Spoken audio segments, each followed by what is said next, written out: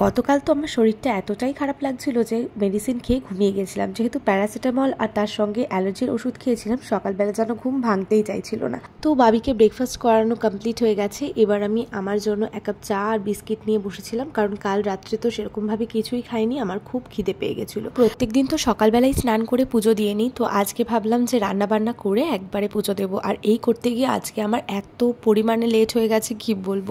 আমি এদিকে বসে বসে চা বিস্কিট খাচ্ছিলাম আর বাবিকে এখানে একটা খেলনা দিয়ে বসিয়ে দিয়েছিলাম। আর খেলনাগুলোর মধ্যে অনেক রকম অ্যালফাবেটস ছিল, যেগুলো ছুঁড়ে ছুঁড়ে ফেলে দিচ্ছিল। দেখো, যাই হোক, কাল রাতে তো অ্যালার্জির ওষুধ খেয়েছিলাম, আর অ্যালার্জির ওষুধ খেলে এমনিতেই শরীরটা একটু উইক থাকে, তো সেই জন্য একটু লেট করেই ঘুম থেকে উঠেছিলাম। আর মা এদিকে আমার জন্য আখের রস রেখেছিল, সেটাই খেয়ে নিলাম।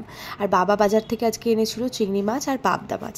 সত্যি কথা বলতে আজকেই প্রথমবার আমি পাবদা মাছ রান্না করব, তো কিভাবে রান্না করব বুঝেই পাচ্ছিলাম না। বেশ কদিন আগেই বানিয়েছিলাম চিংড়ি মাছের চচ্চড়ি, সেটা খুব ভালো খেয়েছিল সবাই, তাই জন্য চিংড়ি মাছের চচ্চড়ি আর পাবদা পোস্ত বানিয়েছিলাম। পাবদা মাছের এই রেসিপিটা কিন্তু আমি অলরেডি একটা রিলসে পোস্ট করে দিয়েছি, তো তোমরা কিন্তু দেখে নিতে পারো।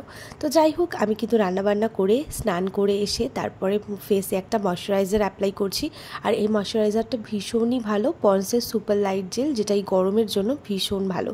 এদিকে আমার স্নান করে পুজো দিতে দিতেই বেঁচে গেছে প্রায় 2টো। ওই যে আজকে বলেছিলাম না আমার এক্সট্রিম লেট হয়ে গেছে, তো তারপরে বসে গেছিলাম লাঞ্চ করতে। লাঞ্চে আজকে ছিল পাবদা মাছ আর চিংড়ি মাছ, তো আমি চিংড়ি মাছটাই খেয়েছিলাম।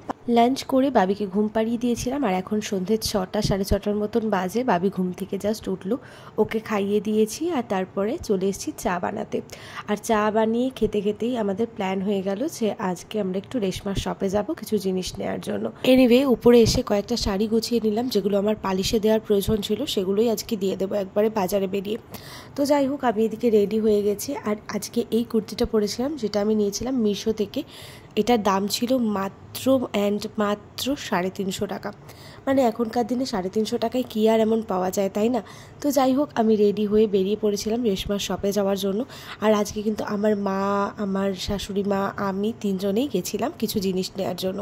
তো অনেকগুলো 2 পিস দেখলাম, অনেকগুলো 3 পিস দেখলাম। আমরা বেশ কয়েকটা জিনিস নিয়েছি, সেগুলোও তোমাদের সাথে ভিডিও শেষে শেয়ার করব। অ্যাকচুয়ালি আমার একদমই প্ল্যান ছিল না যে আমি কোনো কিছু নেব, তো এত সুন্দর সুন্দর কালেকশন দেখে আর নিজেকে সামলাতে পারলাম না। আমি একটা 2 পিস নিয়েছিলাম, ভীষণ সুন্দর ছিল সেটা। যারা তোমরা একটু ডিফারেন্ট কিছু পরতে পছন্দ করো, different kurti and different saris, তারা একটু রেশমা শপে ভিজিট করো। তো ভীষণ সুন্দর সুন্দর কালেকশন ওর কাছে রয়েছে, ডেলি ওয়্যার, পার্টি ওয়্যার, সমস্ত কিছু। তো যাই হোক, এখানে আসার পর কিন্তু আমাদের শপিংও অলরেডি ডান। আর বাবি এখানে এত দুষ্টুমি করছিল যে কি বলবো।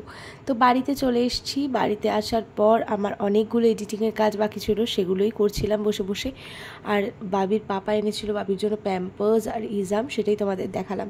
আর আমার শাশুড়ি মা নিয়েছিল এই 3 পিসটা, যেটার কালারটা ভীষণ সুন্দর ছিল। আর এটার সাথে একটা স্ট্রেট প্যান্ট ছিল, আর তার সঙ্গে ছিল একটা ওড়না।